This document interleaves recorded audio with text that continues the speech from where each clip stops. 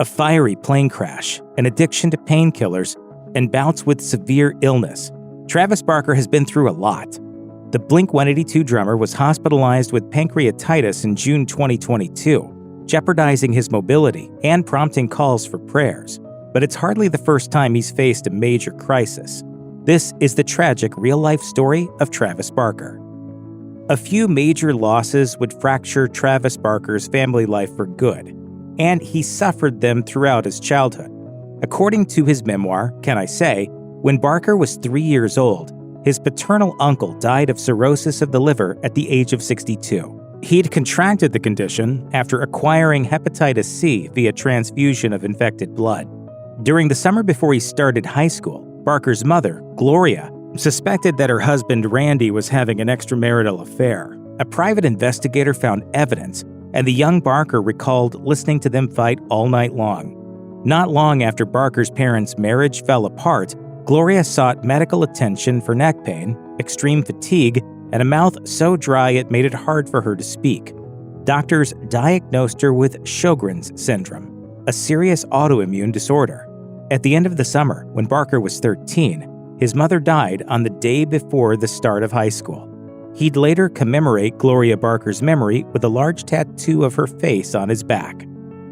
Travis Barker has been married a few times, and the final 2 relationships have been well documented by reality television camera crews.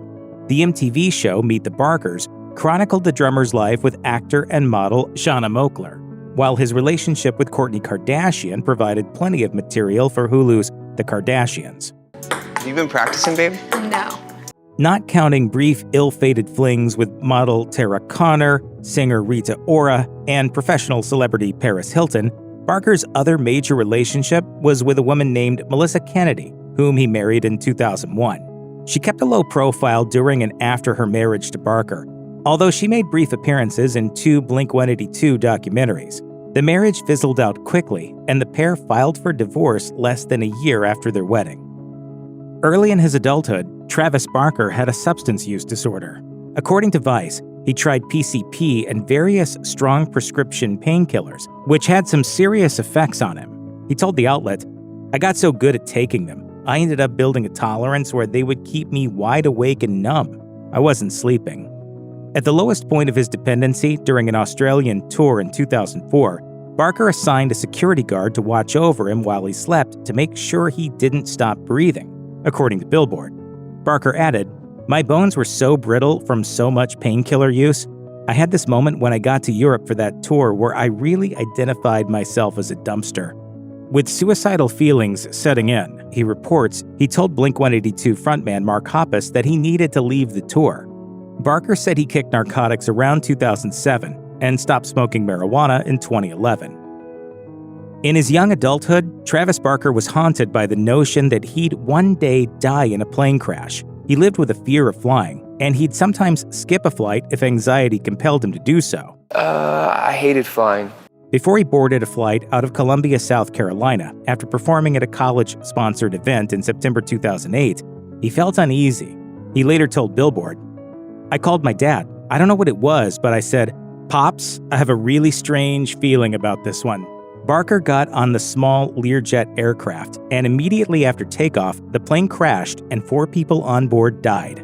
Pilots Sarah Lemon and James Bland, and Barker's friends and employees Chris Baker and Charles Still. Barker left the plane via an emergency exit. I jumped right into the jet, which is full of fuel, so my whole body lit up. Barker and the other survivor, musician Adam Goldstein, aka DJ AM, were transported to a burn center in Georgia. Both were initially listed in critical but stable condition. Barker was treated for severe burns. The jet fuel had burnt 2/3 of his body. Recovering from third-degree burns that cover the majority of one's skin is an intensely painful and timely process.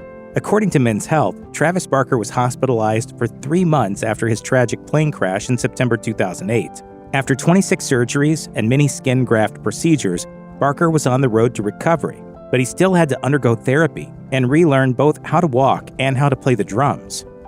After his discharge, according to Salon, Barker refused the heavy-duty pain medications doctors had prescribed so as to maintain his sobriety.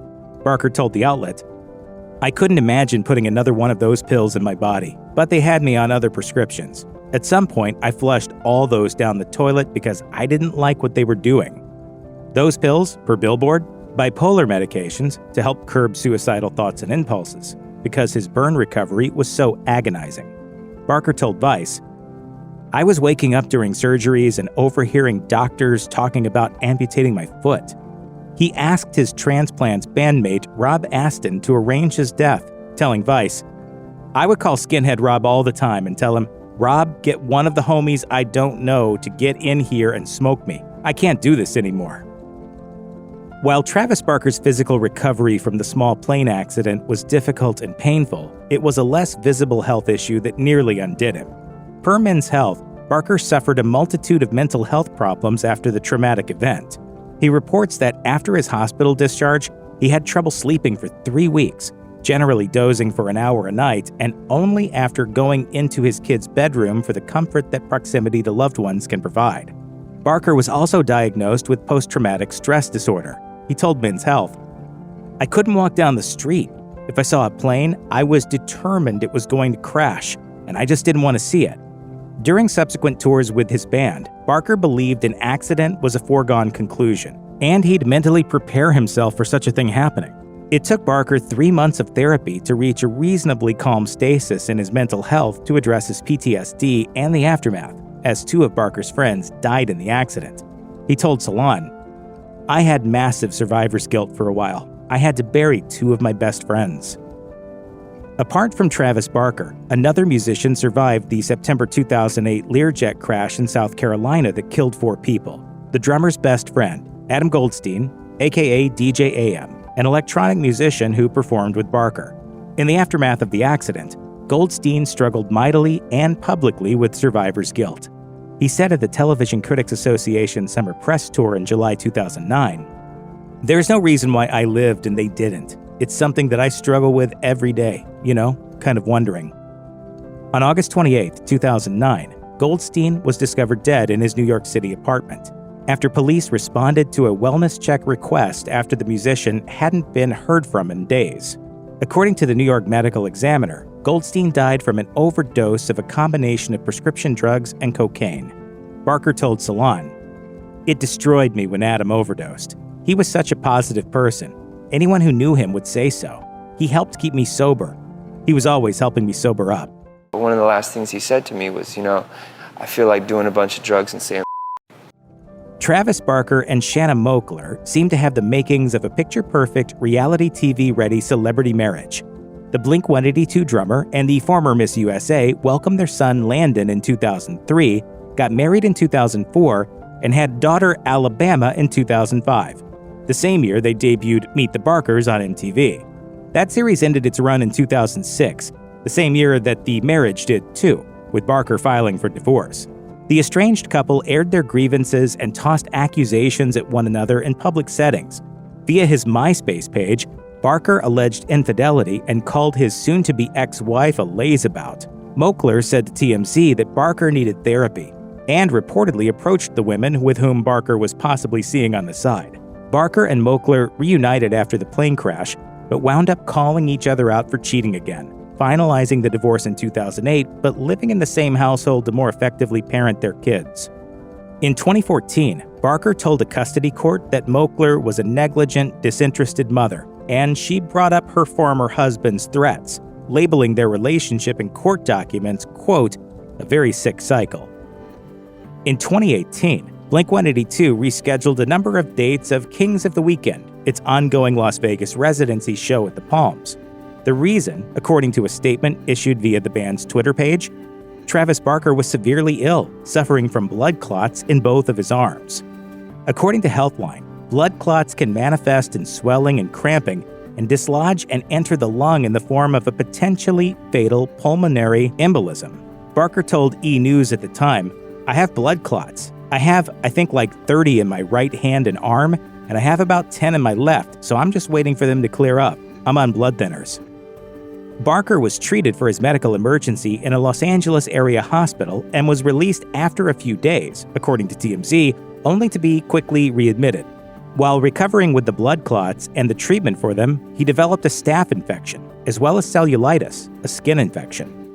Barker was hospitalized once more, and was closely monitored to ensure that blood thinners didn't break off any parts of the clot and head for his lungs or heart. Just a few weeks after he was hospitalized for a series of serious blood clots, a staph infection, and cellulitis in the summer of 2018, Travis Barker was released from the hospital to recover at home. One evening, he was driving his son and a friend of his son's in Calabasas, California. That's when a school bus, free of passengers and with only the driver on board, ran right into Barker's Mercedes SUV. According to E! News, the bus sped through a red light, then collided with Barker's vehicle. He said of the traffic mishap, in which no one in either vehicle was reported to be injured, "My car is totaled, but I pretty much walked away okay. I have a really big 4x4 G-Wagon, and if I wasn't in that, it might have been different, but it held up pretty well." Yesterday I was in a really bad car accident, but I came out unscathed, which is pretty awesome.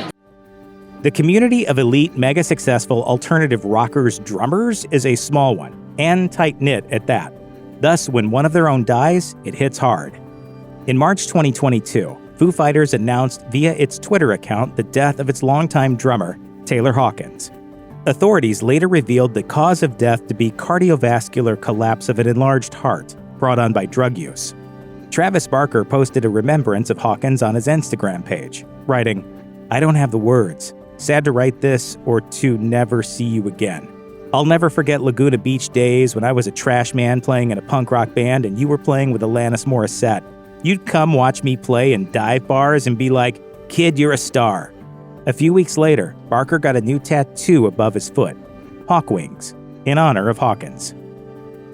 If you or someone you know is struggling with mental health, please contact the Crisis Text Line by texting HOME to 741-741. Call the National Alliance on Mental Illness helpline at 1-800-950-NAMI 6264, or visit the National Institute of Mental Health website.